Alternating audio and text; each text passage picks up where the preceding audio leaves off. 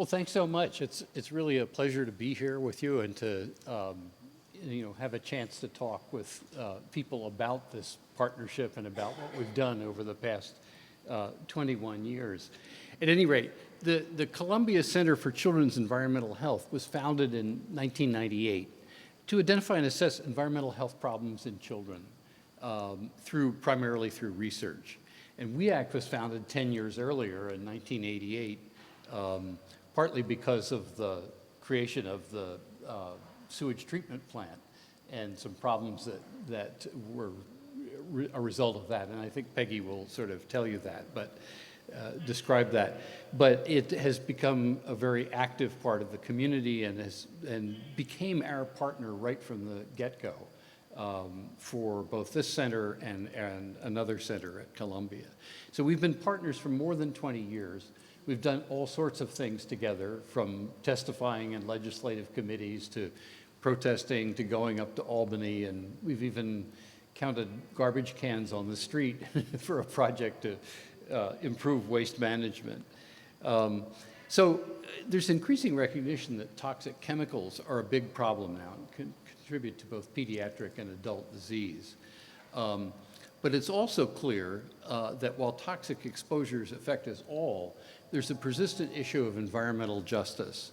Exposures are consistently higher in low-income communities and communities of color, and poverty, racism, and lack of political power make families and communities vulnerable to sort of the concentrated placement in facilities that generate toxic waste. And for example, Northern Manhattan has far more than its share of bus depots, which generate a lot of pollution.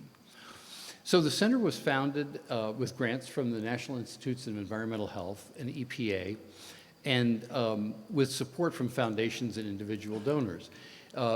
Dr. Frederica Pereira was the founding director and led it till this year, and now Julie Herbstman has succeeded her.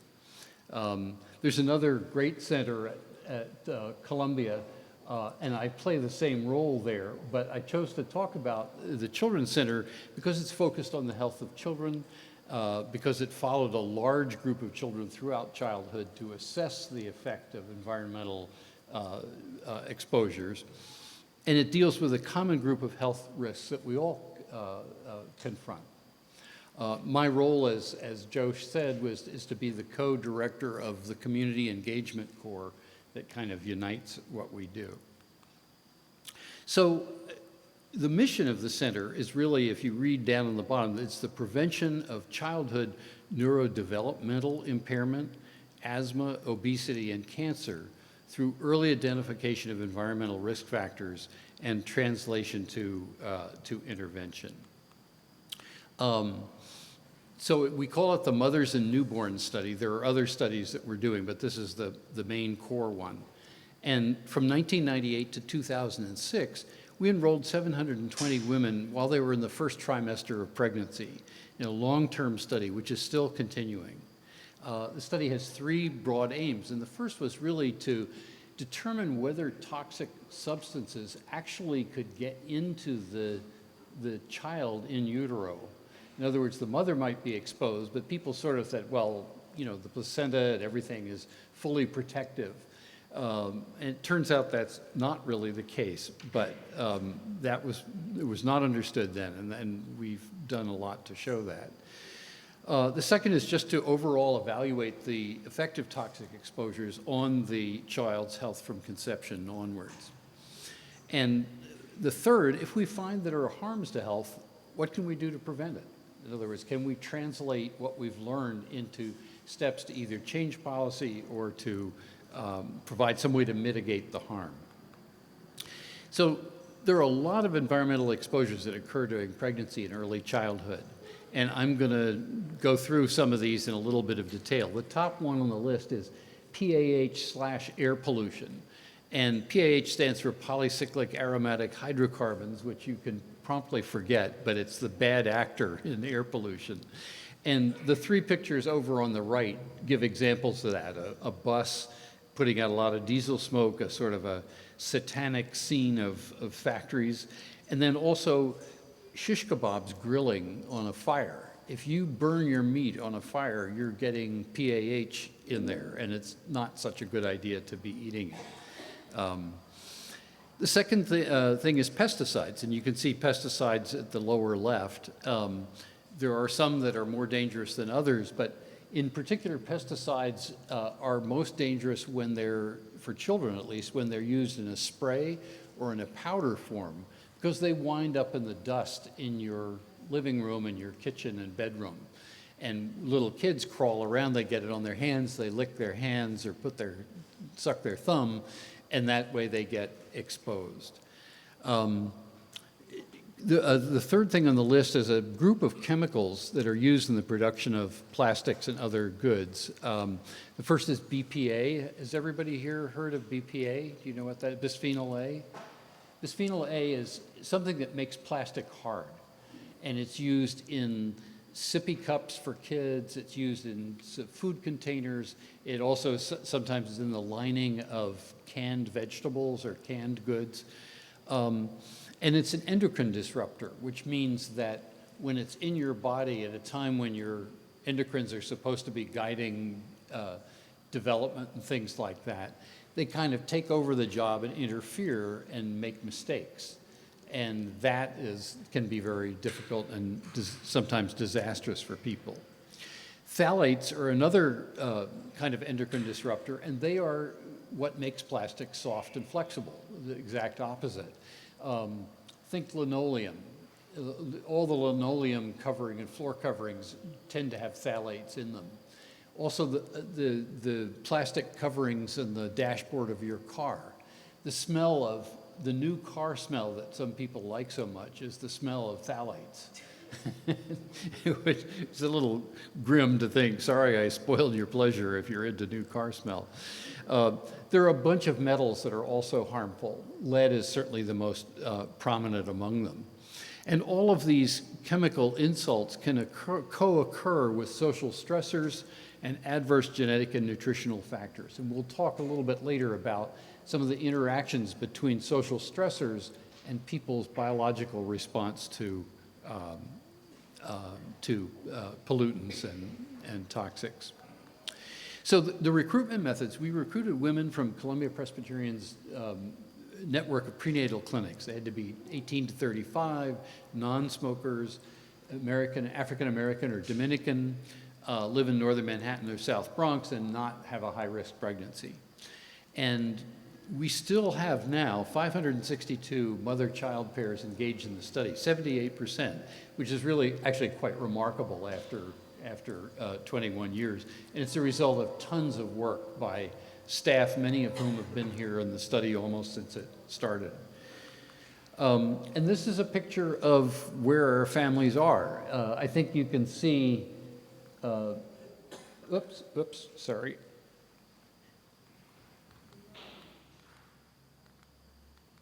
There we go.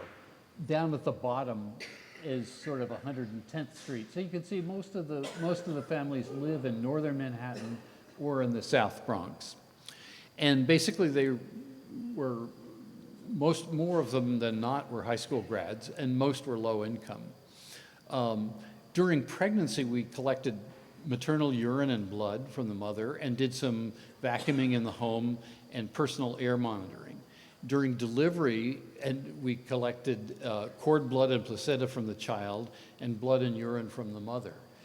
That was quite an undertaking to get kids, to get people to let you know when they're about to deliver a baby. And just because they're in a research study is a challenge.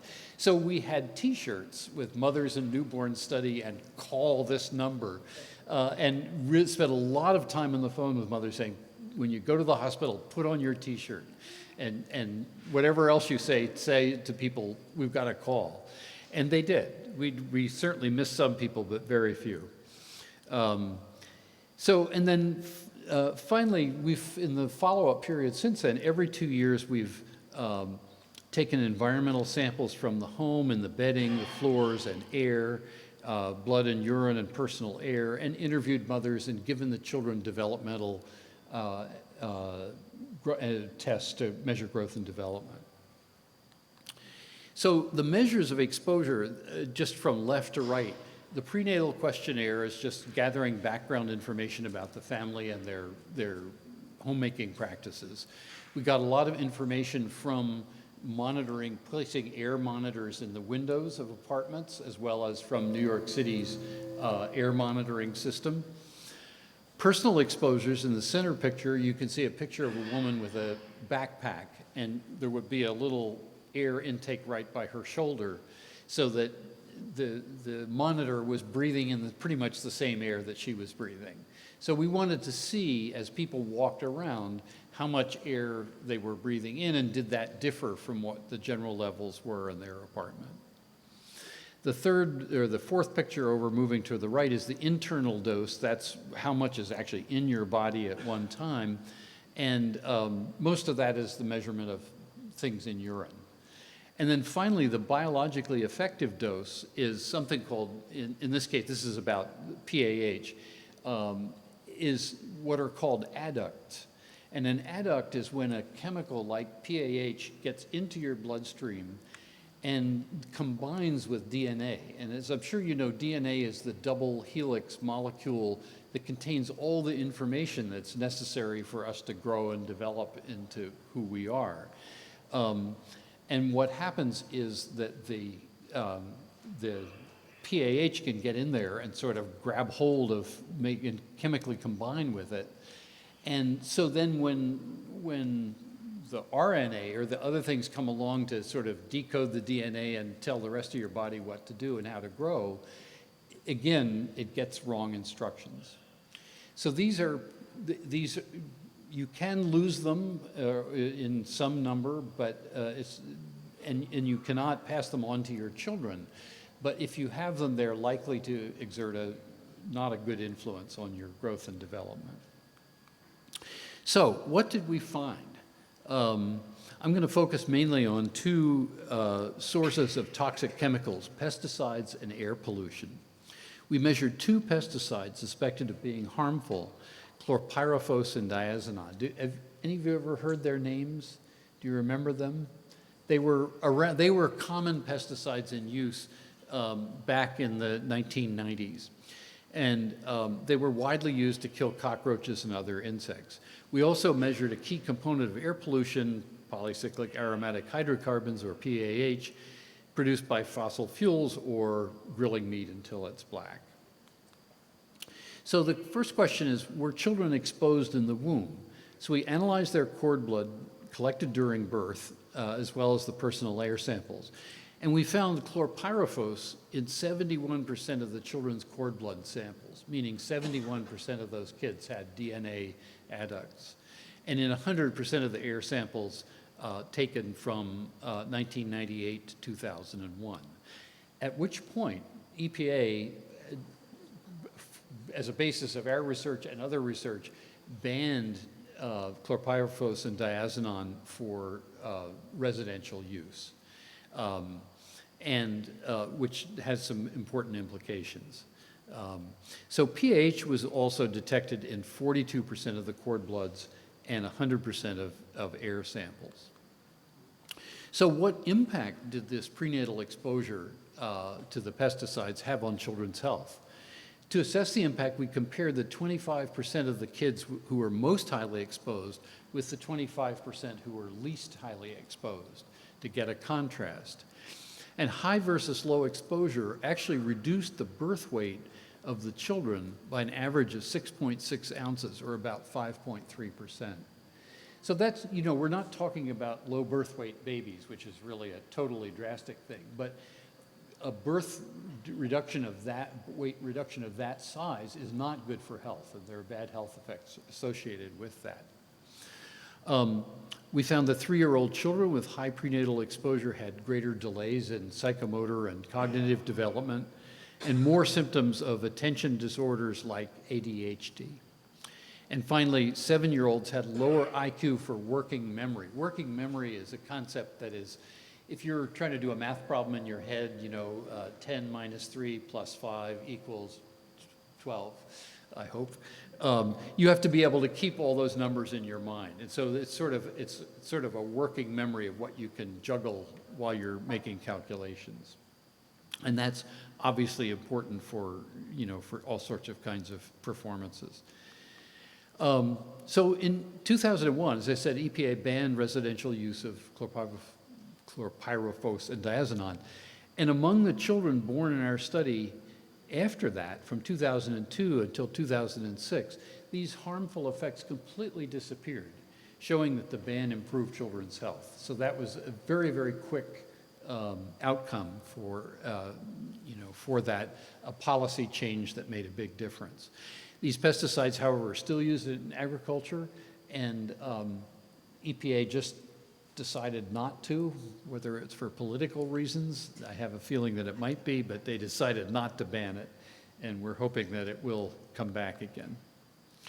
So what impact did prenatal exposure to this PAH have on children's health? It's actually not so dissimilar. High versus low exposure reduced birth weight and head circumference in African American babies. No idea why Dominicans were not similarly affected.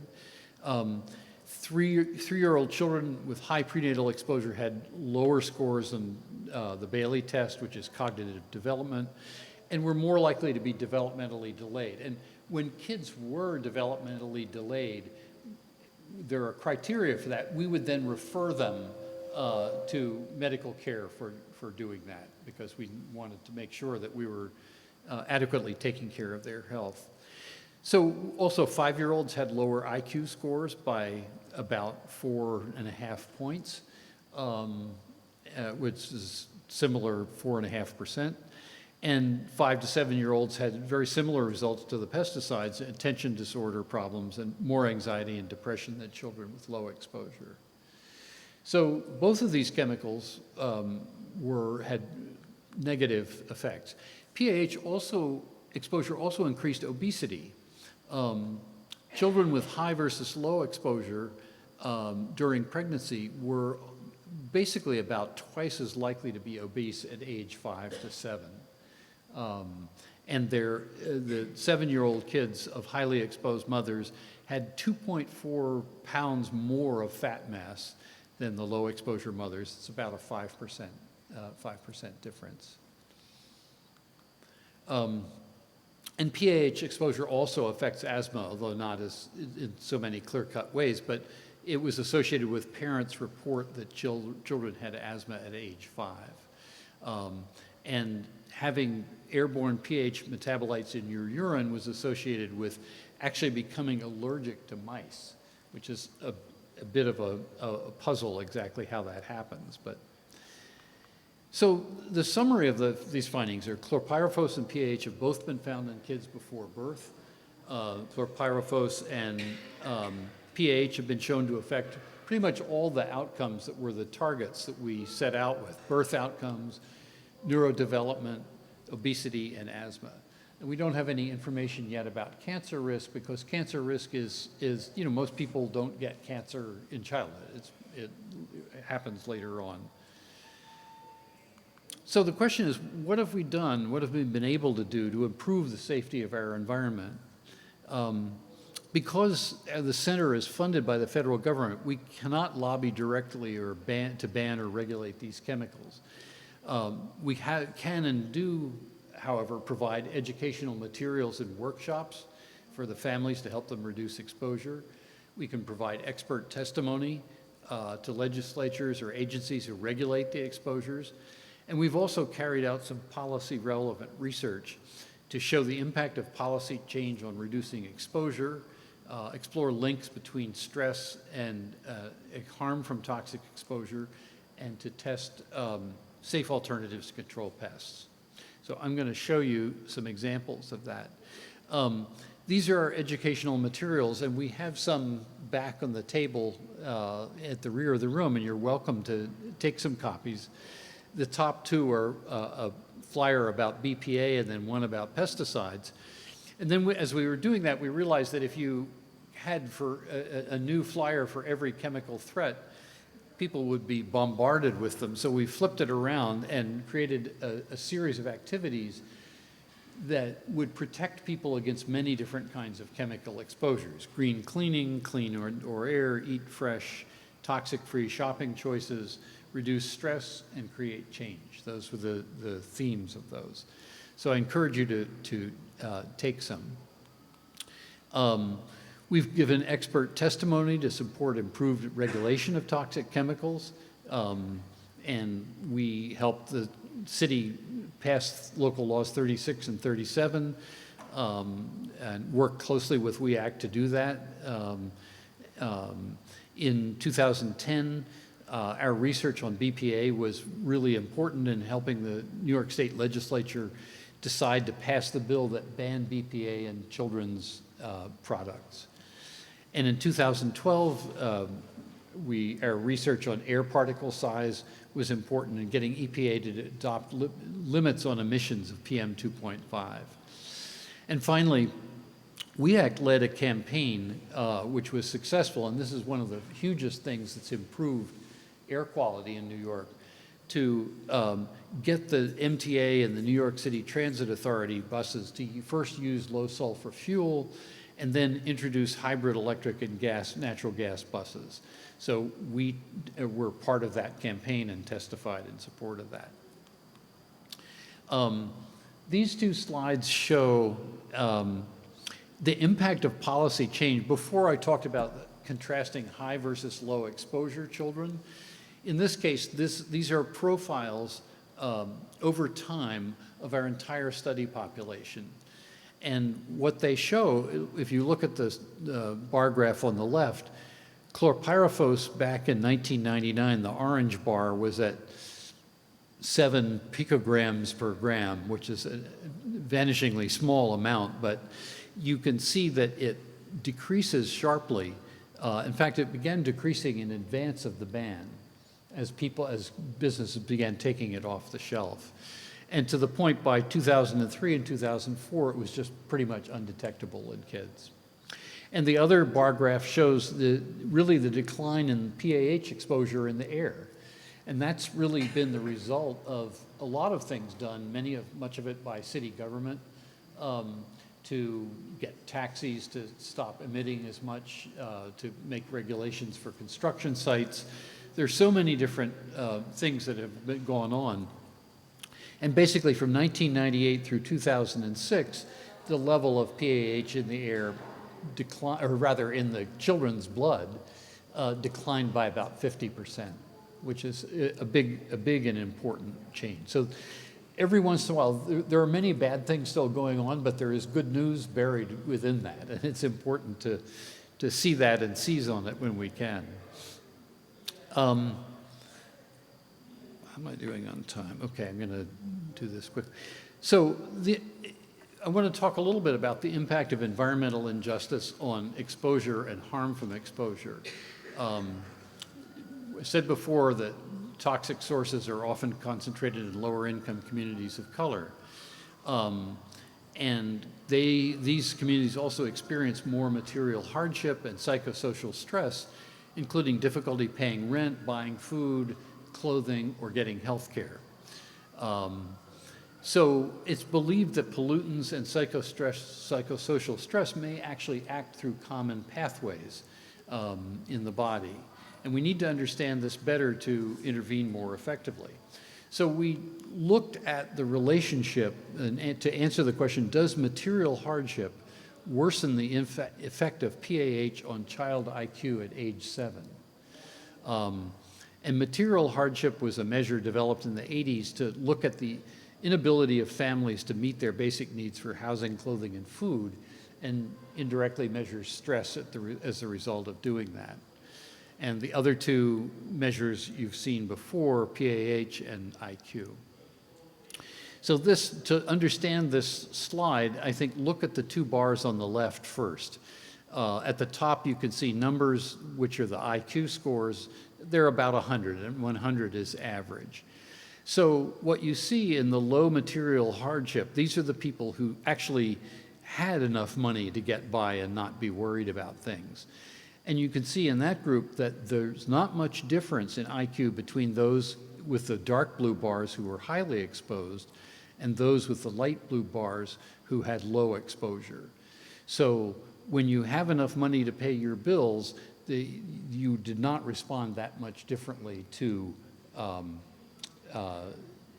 to the PAH in the air.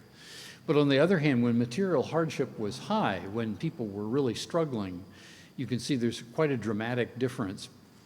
IQ dropped to about 95%, whereas it stayed the same when the women were not exposed. So what that shows is that there's a strong connection between social stress and the action of the pollutant within the body, which is kind of a mysterious thing, but I think it is likely to be shown to reproduce itself in other ways. And it's an important key to really achieving environmental justice.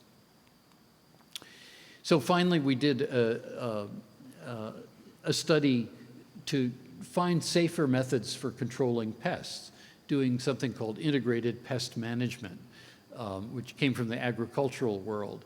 And we partnered with the Department of Health and the Housing Authority to test IPM that relies on cleaning very carefully, repair of entry points so mice and cockroaches can't get in, and the use of non-toxic anti-pest agents.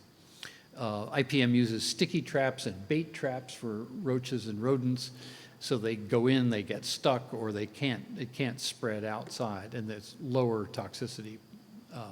And also boric acid powder and diatomaceous earth to kill cockroaches. So we enrolled 280 apartments in 4 housing developments in East Harlem and Bushwick. And in control apartments, basically the NYCHA's pest control staff just did what they usually do. They visit briefly and give the family some bait traps to put around in the kitchen and the bathroom. In the intervention apartments, we trained NYCHA staff, and they would come and spend 3 hours cleaning, repairing holes, putting down safe pesticides, and teaching the family how to sustain the intervention, because you have to keep food and water off of surfaces. So we interviewed families before and after, trapped mice and cockroaches, vacuumed dust, all to measure pest allergen levels. And we found that after 6-month follow-up, IPM apartments had only 40% as much cockroach allergen in the kitchen and bedroom dust compared to controls. So it's a relatively effective intervention. Its problem for NYCHA was that it cost more money than they had.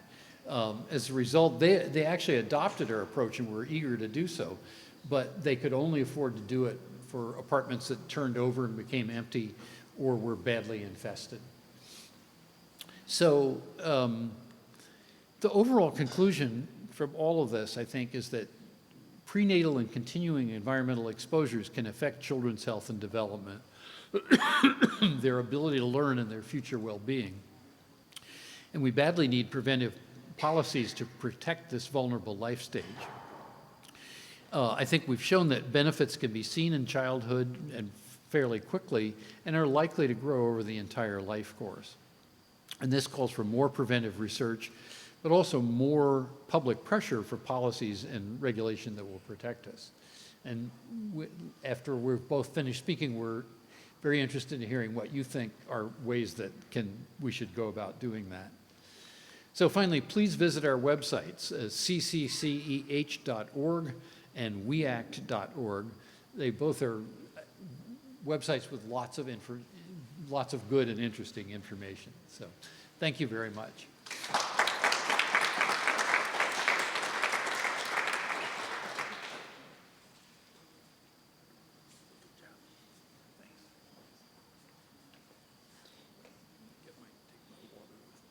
Okay.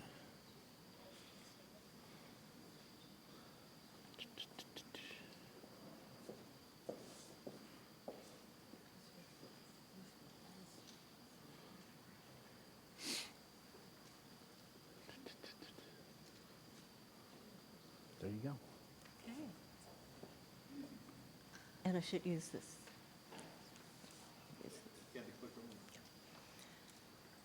Good evening, everyone. So you've heard from Dave, who I have co-chaired the Community Outreach and Education Core, or is it the translational? The Community Outreach and Translational Core of the Columbia Children's Center. for about 21 years.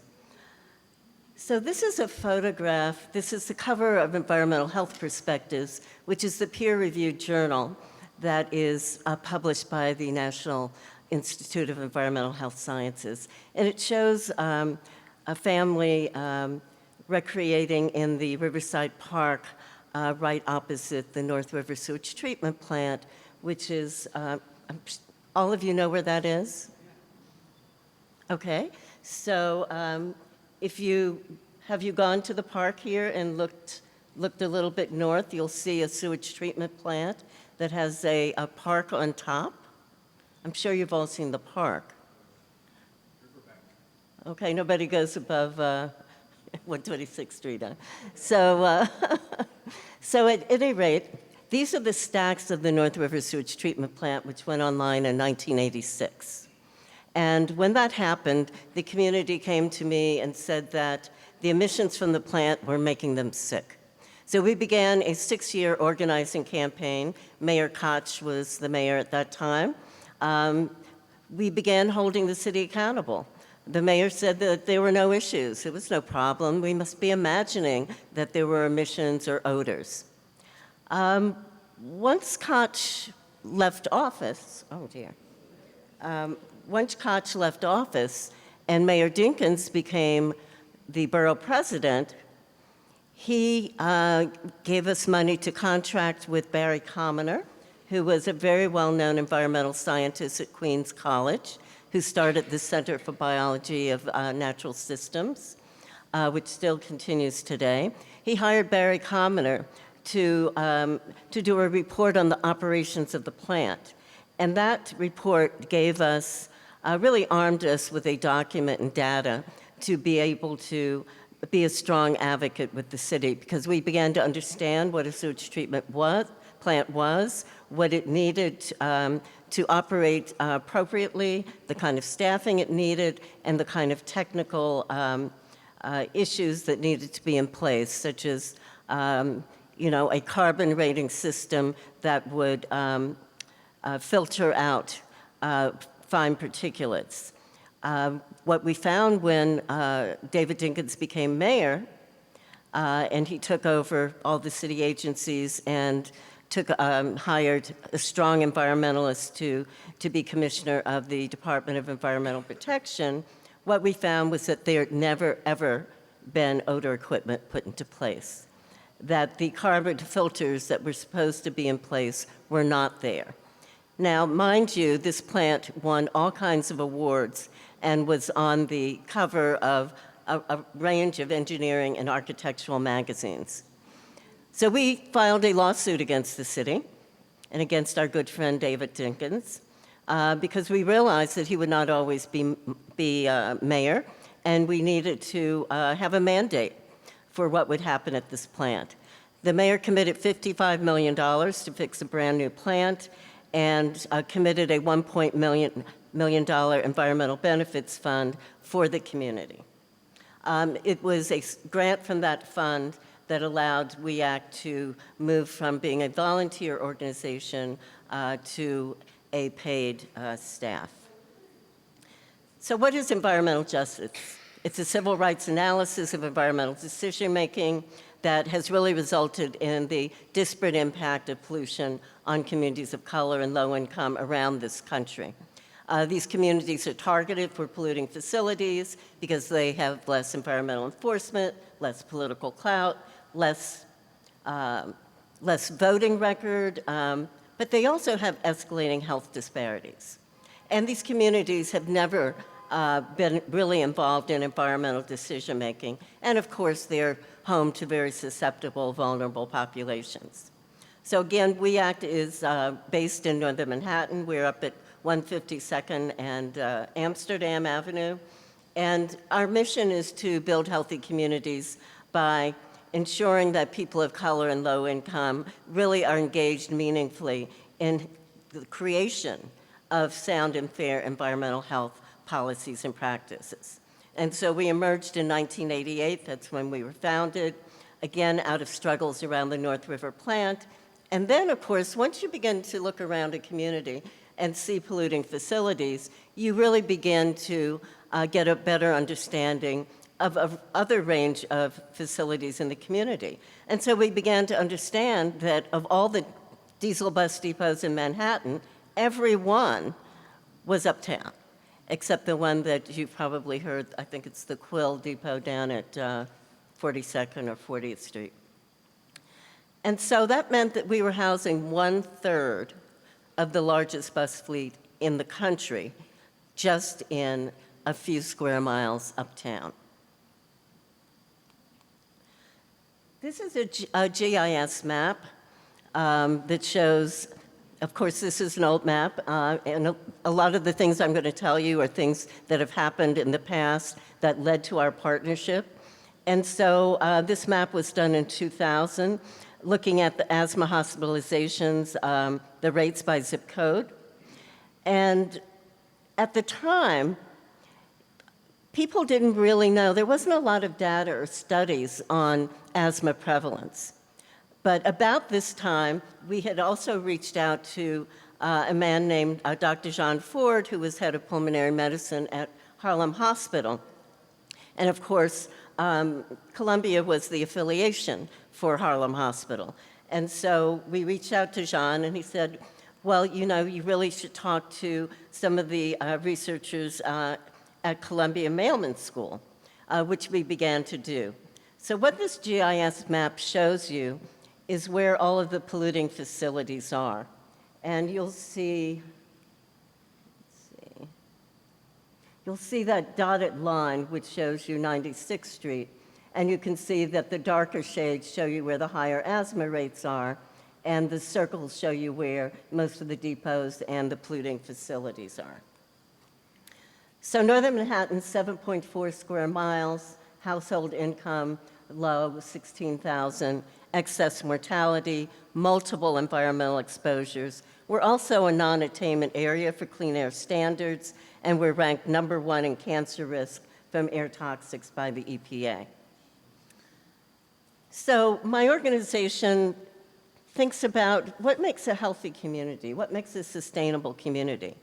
And so working with community residents, we looked at this range of indicators that we believe are the indicators that add up to a healthy community. Clean air, affordable, equitable transit, reducing waste and pesticide use, toxic-free products, good food, sustainable land use, open and green space, and healthy indoor environments. So again, so when we reached out to Columbia, and a lot of times people say, well, how did the partnership start? Did they reach out to you? And I said, no, we really wanted to know, were there more, asthma hospitalizations coming from zip codes that had the sewage treatment plant? And so when we reached out to John Ford, he didn't have that answer. And then he began a study that a few years later showed that asthma prevalence in uptown neighborhoods was 3 times higher than any other community in New York City. And so we really began to focus even more sharply on air pollution and the impact on health, meaning asthma outcomes. So when we began the partnership between the 2 research centers at Columbia, and both research centers are ones that Dave and I co-chaired the community outreach and engagement. We wanted to understand the relationship between community-level exposures and environmental health outcomes. And we wanted to translate those findings into policy changes that create equity in environmental decision-making. Because that's what we do. We're an advocacy organization that works to engage people to create and amend the policies that we need. So some of the specific aims of our Community Advisory Stakeholder Board, we're developing educational materials, facilitating the education of public health and clinical professionals.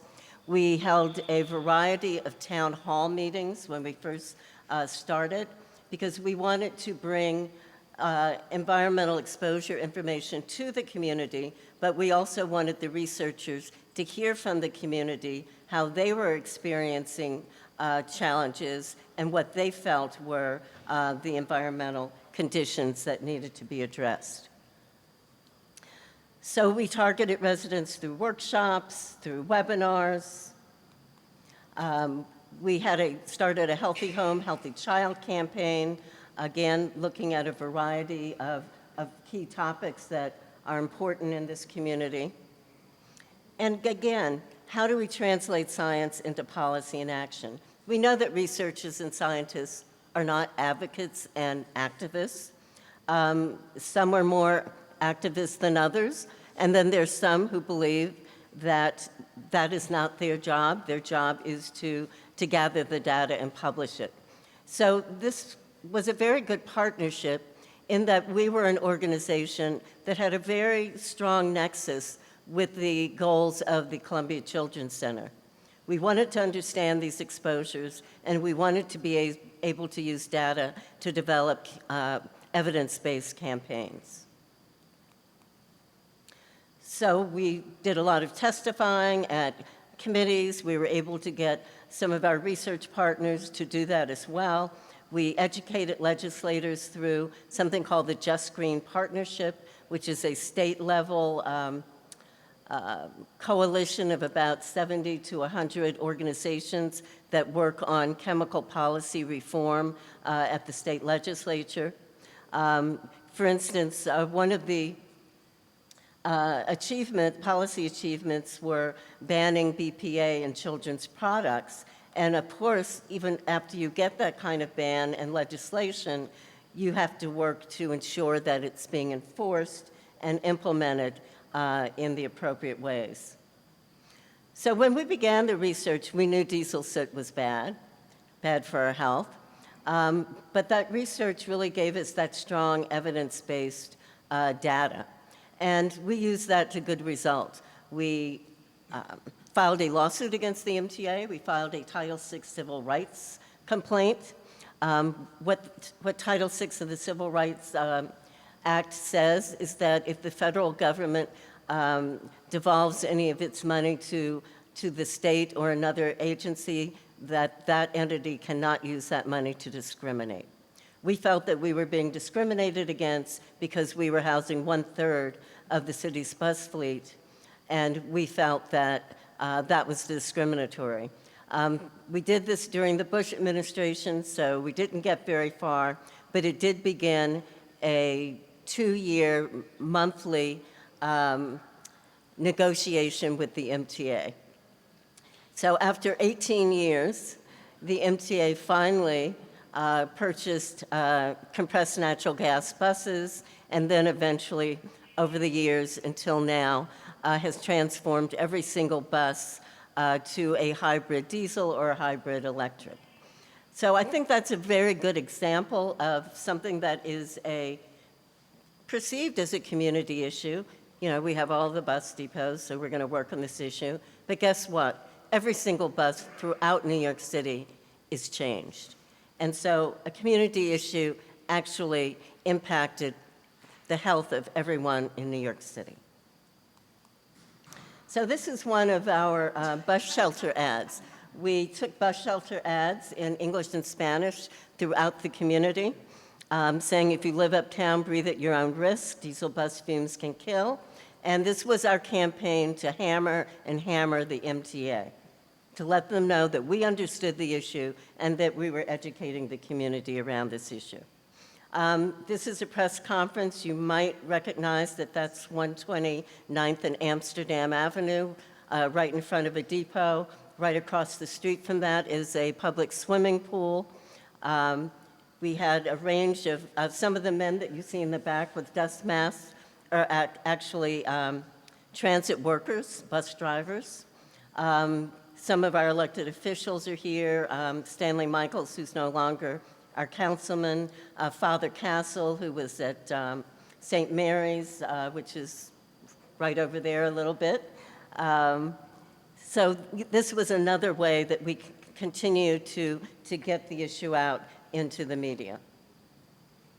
So again, how did we get the governor to move? Postcards, increased public awareness, rallies, taking people to Albany. And then, working with other organizations like the Natural Resources Defense Council in their Dump Dirty Diesel campaign, we were really able to make that accomplishment. Just to give you another idea of some of the things going on in this community. This is a garbage truck parking lot backed up against people's homes in East Harlem. We still have not been able to get this moved, but now the sanitation department has found another place for this. These buses started idling at 5:30 in the morning. You can see if anyone had their window open, that all of those fumes would be and odors, of course, would be going right into those windows. East Harlem also has the highest asthma rate in the city. And so you've got this kind of situation going on with nobody advocating, no one doing anything about this. You all should know this because it right abuts your new Manhattanville campus. And so, as you can see, this is a depot that's right across from one of the largest housing developments in New York City. This is the reason that we filed the lawsuit initially against the MTA. There's also on the bottom level of that housing development is a junior high school. So when they were constructing this, they were dynamiting and tearing things down. The school was rocking. The children wrote over 100 letters to Community Board 9 about the issue, about how they were fearful and, how they felt that they were being negatively impacted. But this depot was built. What we were able to do in our lawsuit, because let me just say that environmental regulation and permitting is a real culprit in all of this, because permits are given to facilities when perhaps they shouldn't. We believe if the community is extremely vulnerable, if there are too many polluting facilities in a community, perhaps there should be a moratorium on additional permitting. But of course, that is not part of the regulation at this point. We have not succeeded there. But the depot, the MTA wanted to joint venture with what used to be the Harlem Community Development Corporation. And they wanted to put senior citizen housing on top of this depot. So our lawsuit stopped that.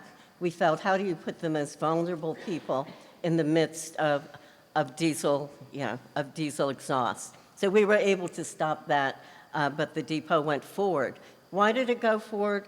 Because transit facilities are exempt from environmental review. So this land was actually a trolley barn from the turn of the century.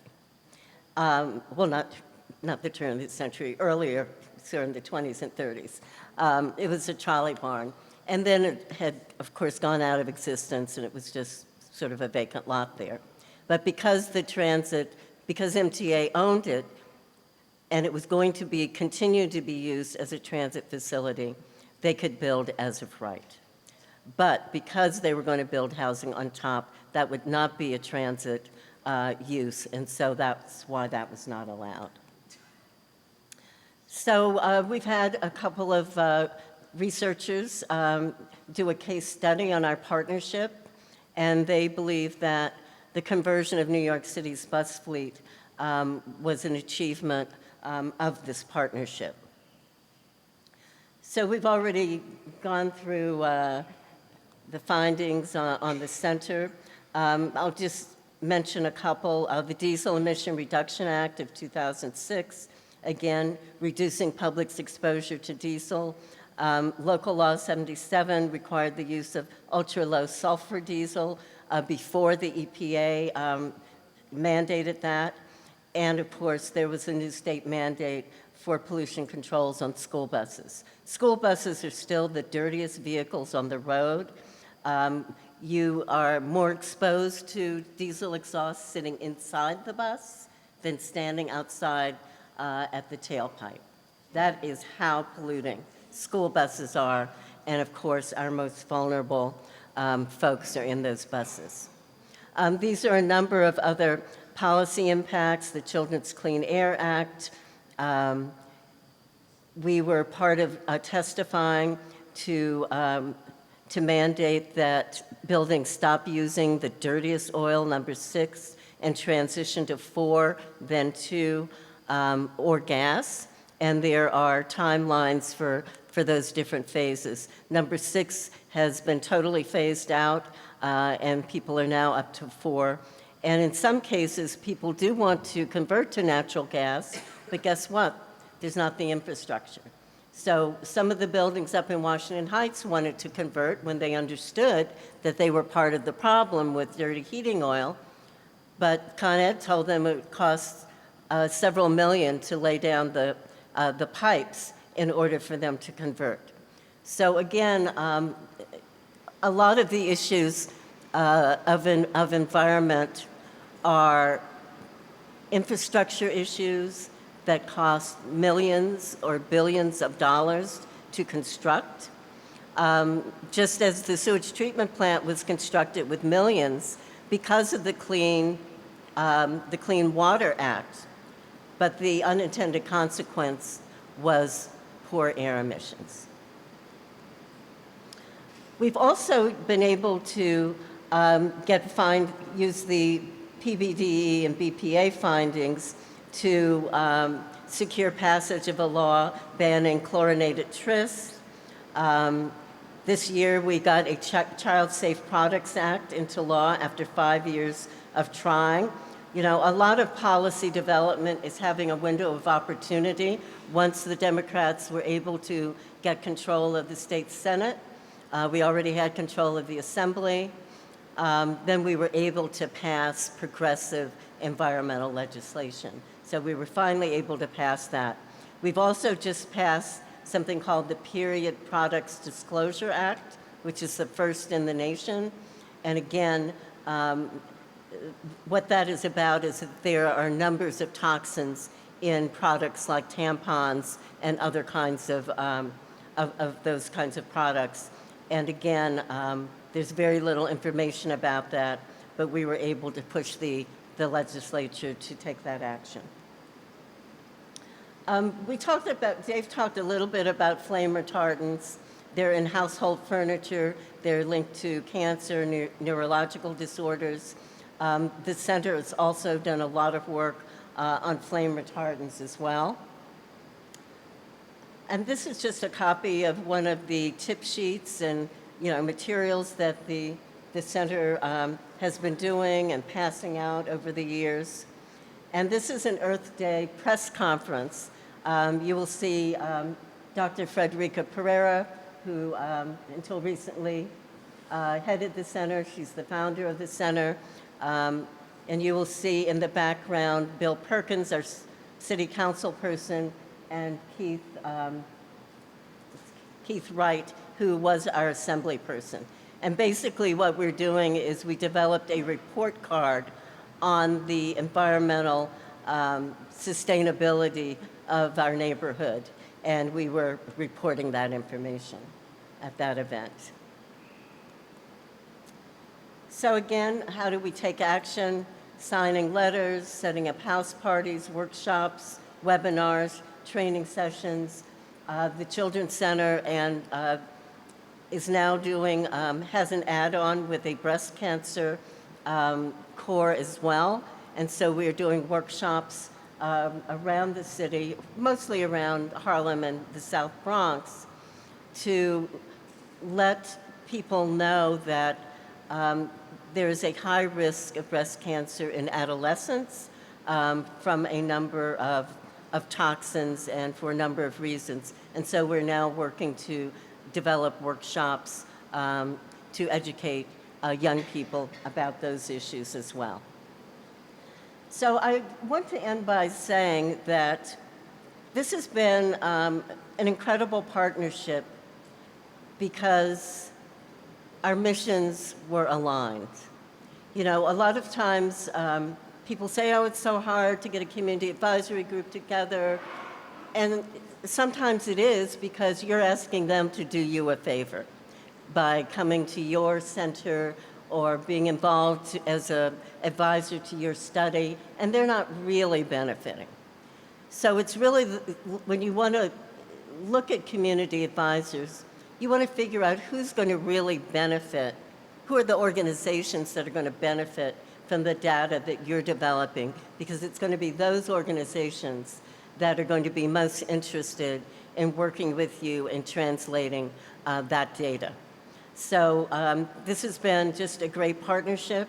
And when I say partnership, you know, we've been involved in numbers of other projects. So the things we've talked about have all come about through the 20-year, kind of 5-year increments of funding for the Children's Center. But Dave and I have been involved in WEAC's proposals and projects that are funded by the EPA. We've done just a number of other projects with other funding. What a real partner is, when I reached out and said, you know, after Sandy, I said, my God, you know, all of these public housing developments at the waterfront were impacted, and here's a request for proposals that would allow us to figure out why some of them were more sustainable than others and reacted in a stronger way than others. And I reached out to David because some of these grants, you know, a community-based organization cannot apply for. A research enterprise has to. And I reached out to David and said, would you do this with us? Would you help us write this? Would you, you know, be the scientific partner on this? So that's what real partnership is. Even finding money when there's no money. You know, being the advisor on a project that isn't one that's funding you or your salary. And that's why this has been, I believe, so important. I believe that we have helped the credibility of the center and our evidence-based campaigns have added to our credibility as well. And that's really what partnership's about. So thank you very much.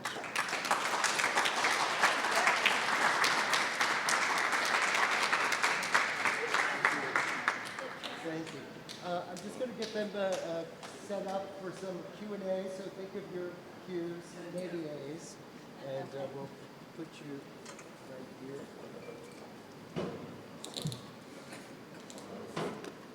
We also have a mic that can come to you in the audience so that people will be able to hear. Okay. Joe, our EPIC partner, is going to kick us off with a question. I have two questions, actually. David, at one point you said...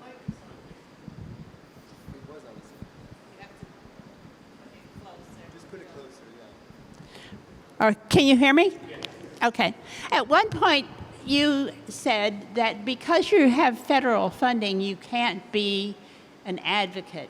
Can you explain that a bit? Yeah, the federal grants, scientific grants are... Oh, I'm sorry. I can't just point to it. I've got to actually speak into it. Those are rules by the federal government because they're giving money for research and the public good, but they want it not to be used for, quote, political purposes, unquote. And so, you know, we've had submitted grants and where we used the word, actually made the mistake of using the word advocate, and the people at the agency sent it back and said, please just delete all the words advocate, you can't do that. So it's a definite rule, and if people go beyond it in an egregious way, they get penalized for it, and it creates attention.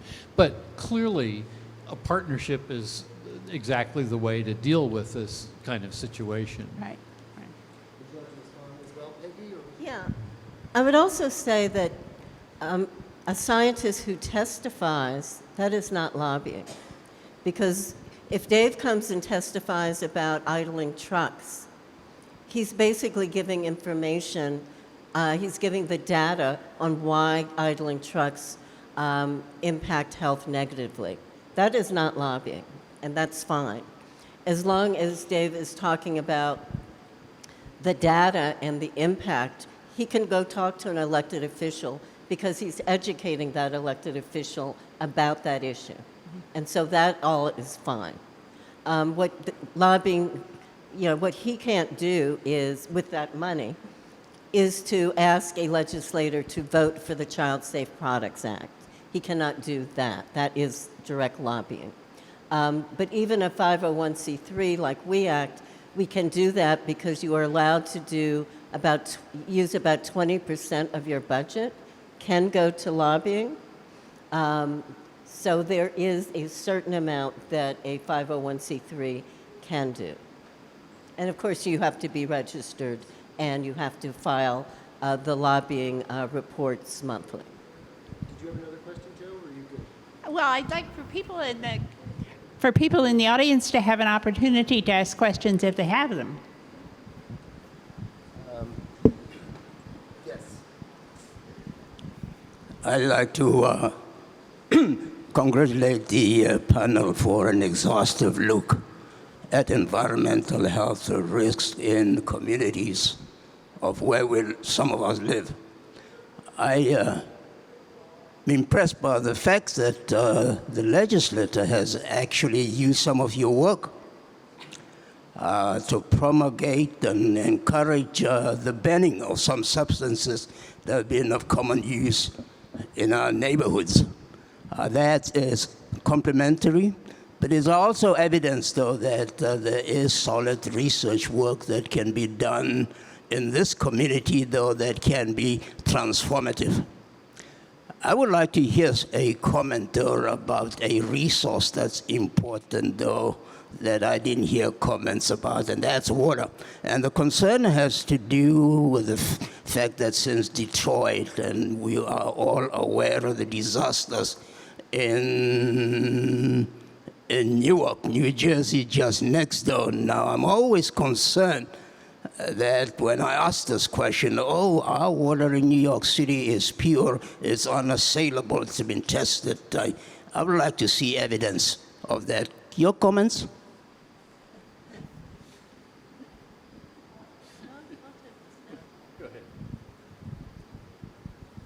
So, as far as I know, the truth is that New York's water is very good.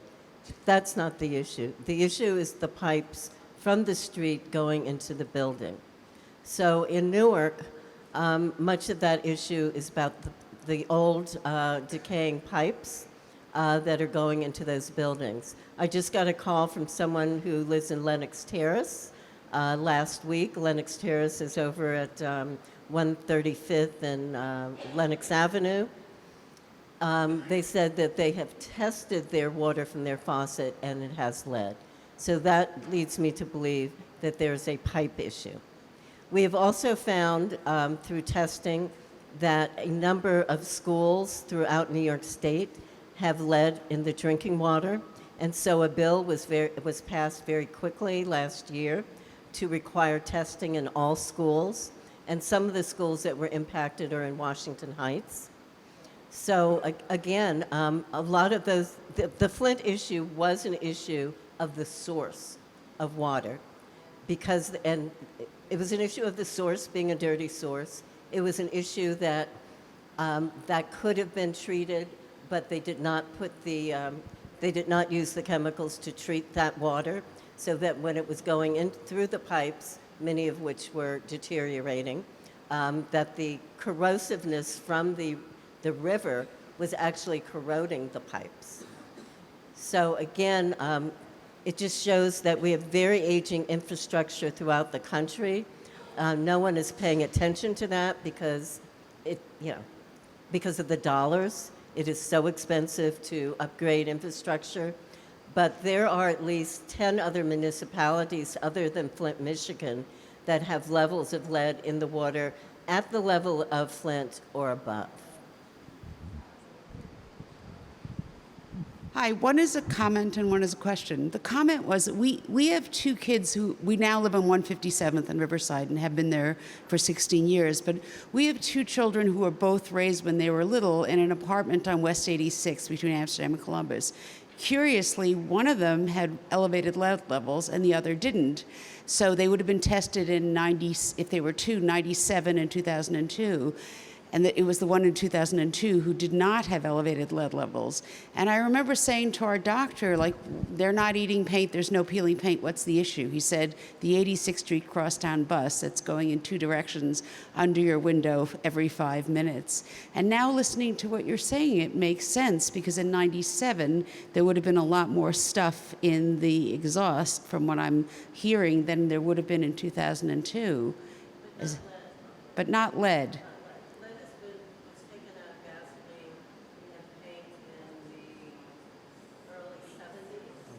So, but is there something, oh, Somebody correcting me? Which is fine. Oh, okay. so not that. There How has not been curious. lead in gasoline, so there should not be any lead in the 86th Street bus.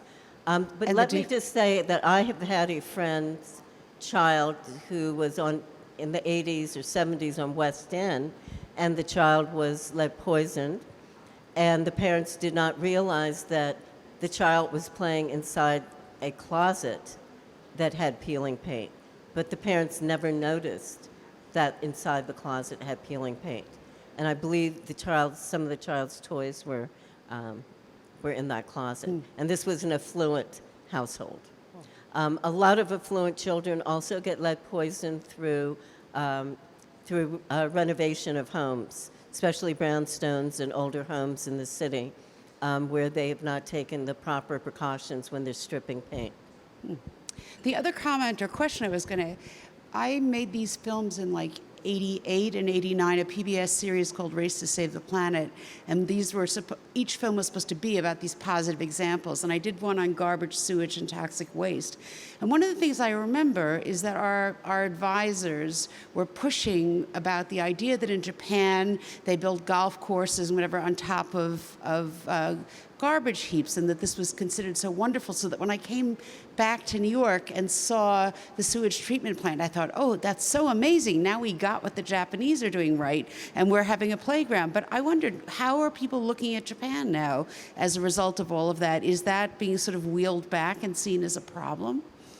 Well, actually, the park was there because an architect knew about Japan and thought it was a good idea and that it would be a benefit to the community. So my organization tried to get our congressman to appropriate the money for a park in another location, but the appropriation was linked to that location. So there was a point in the early days when people would ask me, I would say, if your child has asthma, don't go to the park. It is better now, but again, it's very hard to know each person's susceptibility to very low levels of emissions. And probably David could talk a little better about that, you could have possibly two children perhaps exposed to lead and one not be impacted.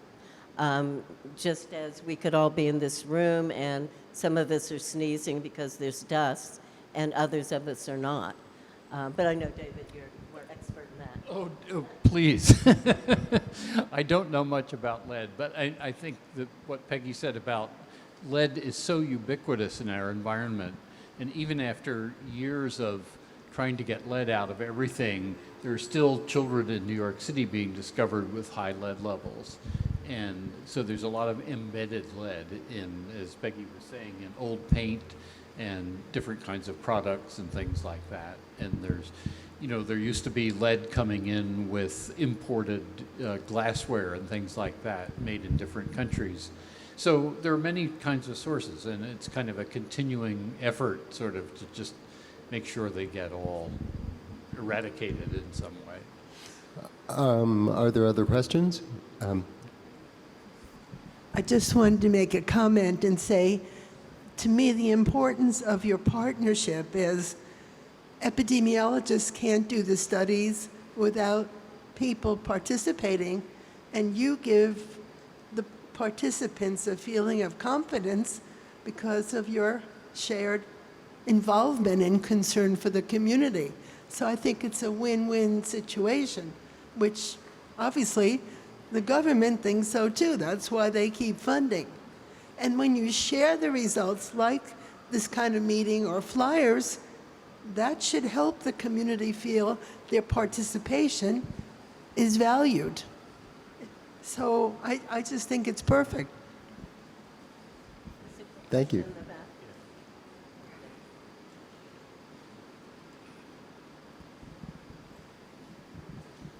Thank you. Good evening. When you first started your presentation, Madam, most of your emphasis was on Upper Manhattan. I didn't hear any mention of the Bronx. Finally, at the end of the presentation, you briefly spoke about the Bronx. And I said, well, with the Harlem River there, you know, the wind just blows right across. Secondly, when you mentioned the lawsuit against the MTA has a fleet of diesel trains that they have in certain yards in the Bronx. And in the wintertime, they run these trains 24 hours a day because the diesel, they have the susceptibility of freezing. Now, I don't know if they've stepped it up and they're using this environmentally clean diesel fuel that you mentioned, but the smell is horrendous. You can't walk through the streets without choking. And there's a special needs school right next to this yard. The name of the yard is the Westchester Yard.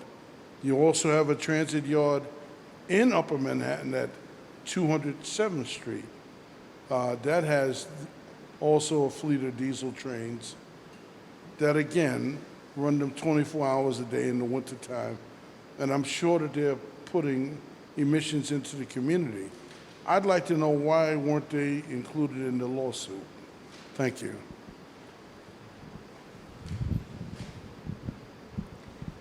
So lawsuits generally have to be very specific. So so it wasn't a general lawsuit. What we were asking for was, we were asking for an environmental impact statement to be produced for a particular site. So we were not just saying, we're suing you, MTA, for all of the polluting facilities you have in New York City. We were looking very site-specific. And we knew we couldn't stop them, but we were trying to get at least an environmental impact statement to better understand what they would be doing and what the impact would be on the school across the street. One of the research centers that David and I have been working with has recently used a pilot grant to do an air quality and air monitoring study in the Bronx at the Hunts Point area with a man named Michael Johnson, who is on our community advisory board, and he runs a group called Bronx Unite, South Bronx Unite. And they have been doing air monitoring, also looking at the issue of the fresh direct trucks that are now going to be stationed in that area without providing real benefits to the South Bronx. So the cohort of women, of pregnant women and children that Dave mentioned, many of them were from the Bronx, and so the results that he discussed are also Bronx results as well as Northern Manhattan. But my organization works specifically in Northern Manhattan. In the environmental justice community, we believe that communities speak for themselves, and so unless we were invited, we would not simply go to the Bronx and start doing stuff without communities there asking us to be a part of that. Yes, ma'am. Hi, thank you so much for your talk. I'm a first-year medical student and currently going to school in Columbia Uptown, and so a lot like learning about this history was really interesting. I wanted to ask you both whether, one, you had advice for future health professionals on things to pay attention to or maybe be a little bit more conscious about, and two, what current issues exist within Northern Manhattan that maybe aren't getting enough attention that a future physician or other health professional would want to pay attention to so as to provide the best care to their patients down the line. Well, I just think one thing is to be alert to it. Environmental medicine has gotten the short end of the stick for a long time in medical school and beyond. And opening your mouth and asking for more input or classes and things like that is very helpful. And finding people who are interested in doing that. I don't know about other issues. I mean, essentially, I think some of the issues that we've talked about are still current, even though things have been getting somewhat better, but they're still issues. Do you have others that you would want to suggest? Sure. So when we think about indoor air, so for one thing, if you're a physician, you should be asking your patients where they work, if they work around any kinds of toxics, especially if they have if they're coming with a respiratory problem.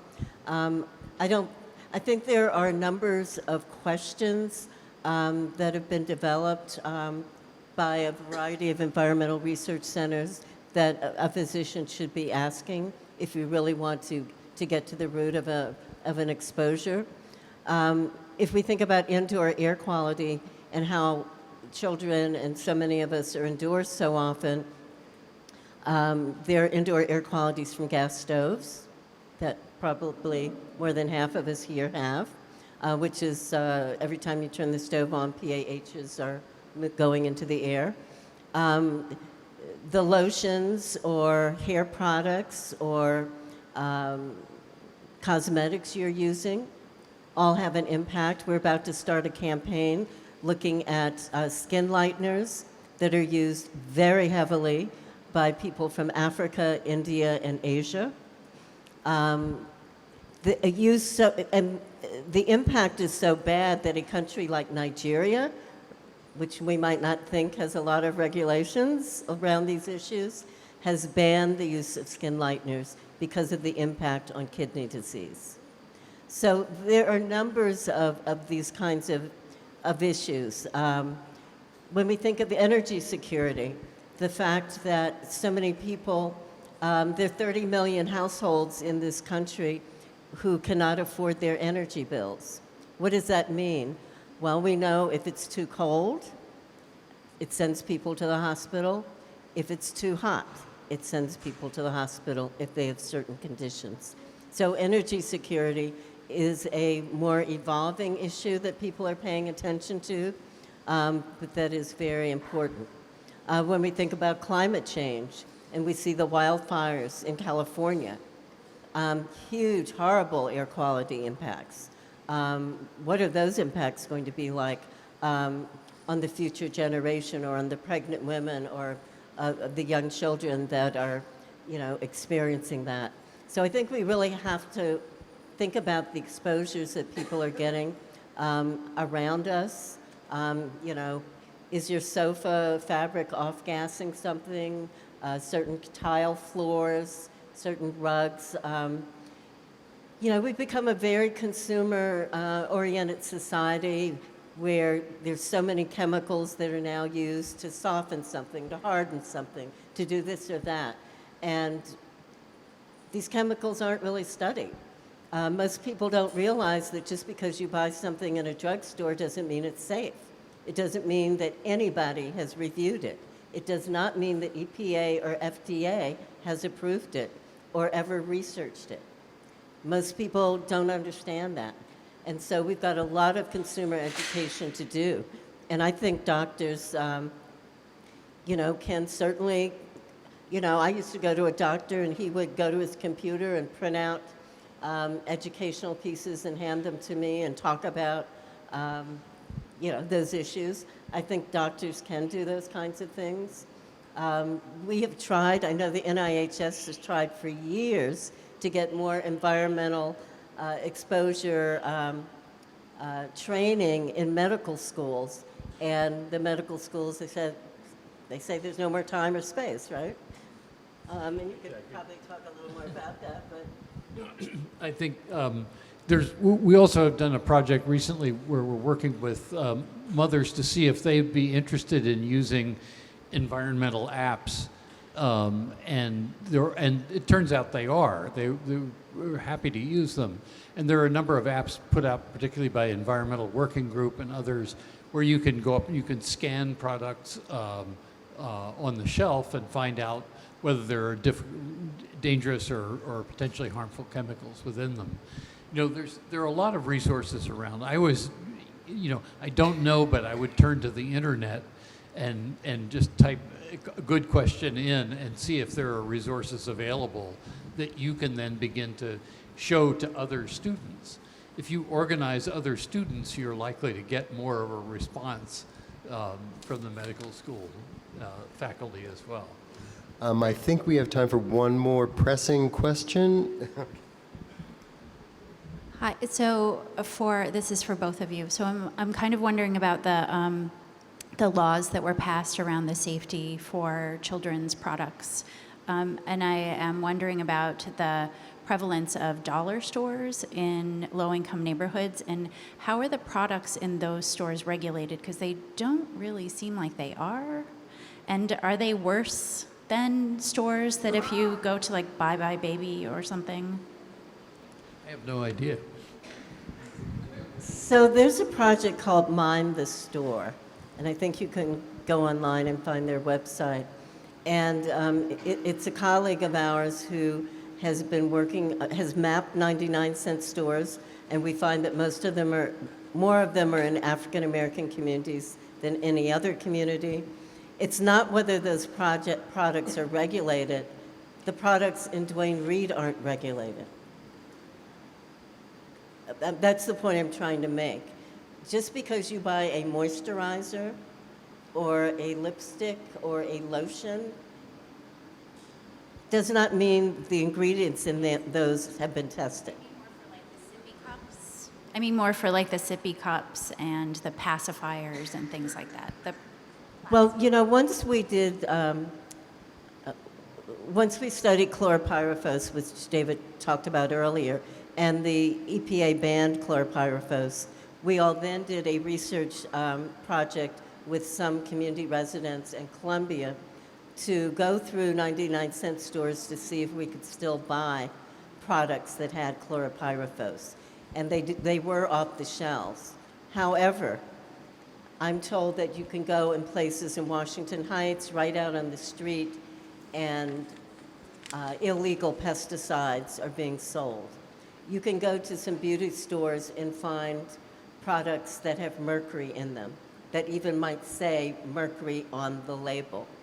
And the Department of Health has had phases of putting press releases out about that. The last time they did that, I asked one of my staff to go around the corner to see if they could buy them, and they could. They came back with stuff that said it had mercury in it. And so things are being brought in from other countries, even jewelry, little cheap jewelry that you see in some of these little places for kids have lead, have mercury, and other bad stuff in them. Nothing's tested. So most of the regulations we have gotten, if it's not an outright ban, and there aren't that many of those, it's a disclosure of ingredients. And so once that disclosure happens, then you look at what are the priority chemicals that are the worst, and does this disclosure have any of those? But then it also puts it on the consumer to begin to understand which are the worst chemicals.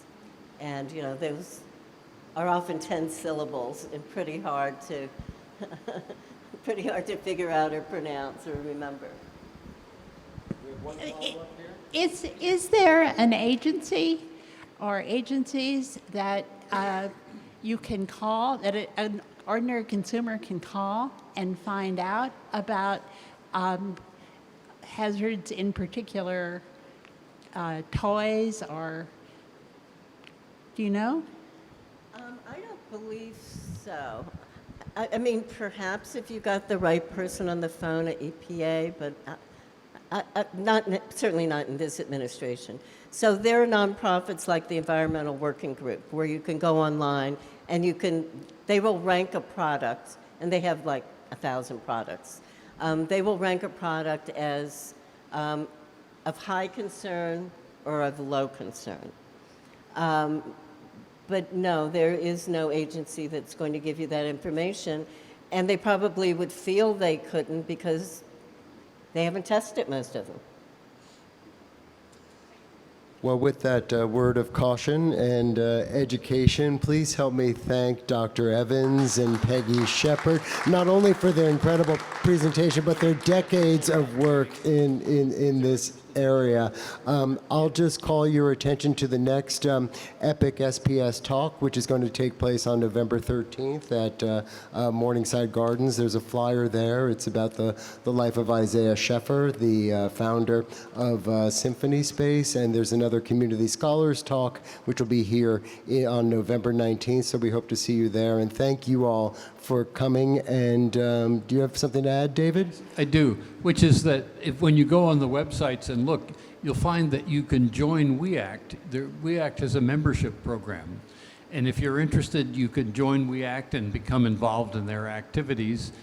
They have meetings on Saturdays, once a month, I think, and it's a good way to get involved. So take a look. And if you'd like to share this presentation, it will be on the School of Professional Studies website shortly. The URL is there. It's sps.columbia.edu. And thank you again for coming. We hope to see you next time.